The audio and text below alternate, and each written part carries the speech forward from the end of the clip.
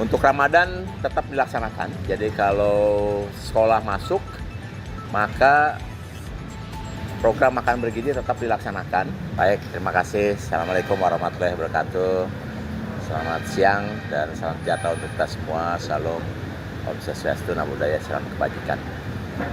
Hari ini kami Badan Gizi Nasional termasuk salah satu yang dipanggil ya.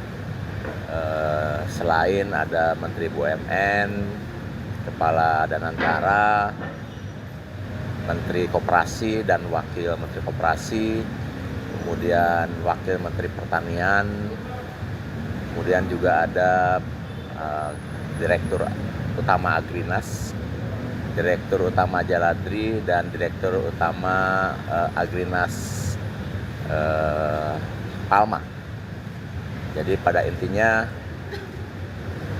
sebetulnya lebih cocok nanti yang menjelaskan Pak Menteri Koperasi, karena ada keinginan dari Pak Presiden untuk mengimplementasikan dan menghidupkan secara optimal koperasi di Indonesia.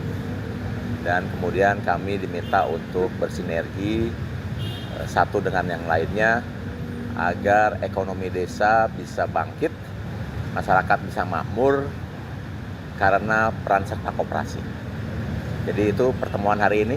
Nanti mungkin yang lebih jelas yang harus melaporkan Menteri Koperasi dan wakilnya, karena beliau diminta untuk menjadi kepala tim kelompok kerja untuk peningkatan revitalisasi, optimalisasi koperasi. Kalau saya sendiri tadi hanya melaporkan terkait dengan pelaksanaan program makan bergizi yang hari ini alhamdulillah sudah lengkap di 38 provinsi.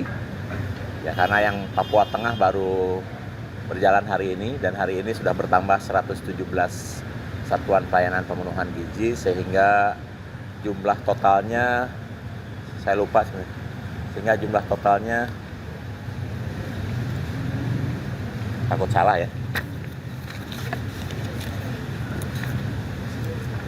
Berjumlah 693 satuan pelayanan pemenuhan gizi di seluruh Indonesia. Jadi dalam waktu 1,5 bulan, alhamdulillah sekarang sudah mencapai di 38 provinsi dan di 693 satuan pelayanan.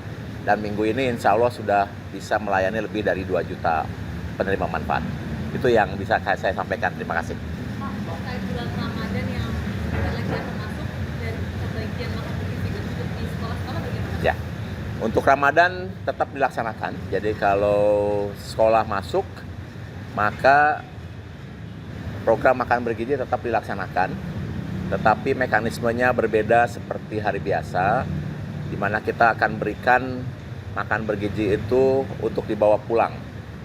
Ya, jadi untuk yang puasa bisa dimakan saat buka, untuk yang tidak puasa bisa dimakan sembunyi di sekolah atau di rumah.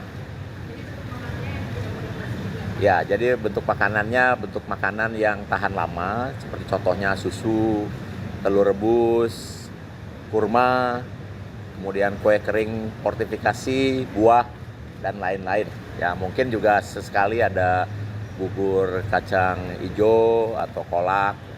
Yang jelas sumber komposisi gizinya tetap, di mana di situ ada protein, ada karbohidrat, dan ada serat. Ya, jadi tahun lalu kita melaksanakan menggunakan paper bag. Tapi tahun ini alhamdulillah sudah berhasil diuji coba. Jadi ada uji coba di Sukabumi, di mana anak-anak diberi makanan yang dibawa dengan kantong ke rumah. Kemudian besoknya kantongnya harus dibawa kembali, ditukar dengan kantongnya isi, sehingga tidak menimbulkan sampah, dan melatih juga anak-anak supaya disiplin bahwa kantong itu bisa ditukar setiap hari. Itu bentuk pelaksanaan untuk Ramadan. Jadi kita akan tetap melaksanakan 5 hari pertama kan libur ya. Begitu masuk kita langsung memberikan pelayanan makan bergizi sampai kemudian hari menjelang Idul Fitri. Ya, ya sama. yang non-muslim juga sama. Memang ada usulan kalau yang di daerah non-muslim tetap masak seperti biasa, tapi kan tetap ada yang puasa ya. Jadi kita akan samakan. Nanti kita akan evaluasi setelah berjalan 1 minggu gitu, apakah di daerah yang non-muslim sama seperti yang pada umumnya atau diberikan treatment khusus. Prof, kan kadang-kadang orang tua ini sering menyuguhkan makanan yang manis gitu dan juga yang minyak-minyak ini ke anak-anaknya waktu buka puasa, dan di bawah nggak Prof supaya si anak juga tetap terjaga selama bulan Ramadan. Ya, jadi ini kan program makan bergizi tidak hanya bagaimana memenuhi komposisi gizi, kandungan kalori dan lain-lain, tapi juga edukasi ya, bahwa kita memberikan makanan yang segar setiap hari, mengurangi kandungan gula yang terlalu berlebihan, dan menyajikan makanan-makanan yang sehat seperti itu. Dan mudah-mudahan nanti dengan bentuk makanan yang diberikan oleh Badan Gizi bisa dicontoh di rumah masing-masing. Prof, terkait pasien tambahan anggaran, Prof, kan efisiensi sudah selesai dilakukan ya. Ya. Tambahan 100 T juga bisa segera disalurkan ke Badan Gizi atau gimana? Jadi gini, Badan Gizi sudah memiliki anggaran 71 triliun ya, yang mekanismenya itu sampai April kita melayani 3 juta. Kemudian dari April sampai Agustus akhir itu 6 juta. Kemudian dari Agustus akhir atau September sampai Desember itu antara 15 sampai 17,5 juta. Nah, kemudian karena banyaknya laporan anak-anak yang ingin segera mendapatkan manfaat makan bergizi, maka Bapak Presiden meminta kepada Badan Gizi untuk melakukan percepatan terkait dengan distribusi makan bergizi.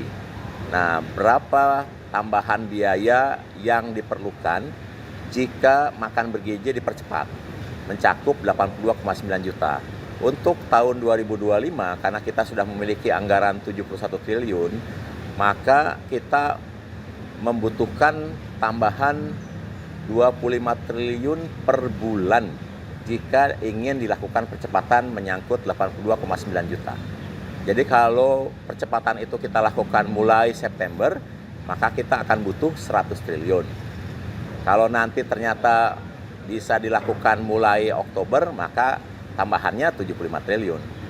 Tapi kalau bisa dilakukannya November, ya 50 triliun. Itu pokoknya hitungannya 25 triliun per bulan untuk menjangkau 82,9 juta penerima manfaat pada tahun 2025, karena kita sudah memiliki anggaran 71 triliun.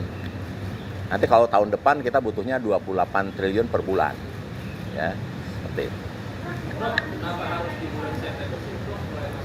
Jadi gini, ini mungkin perlu saya jelaskan, kesuksesan program makan bergizi itu tergantung dari 3 faktor. 1, anggaran. 2, SDM, 3, infrastruktur.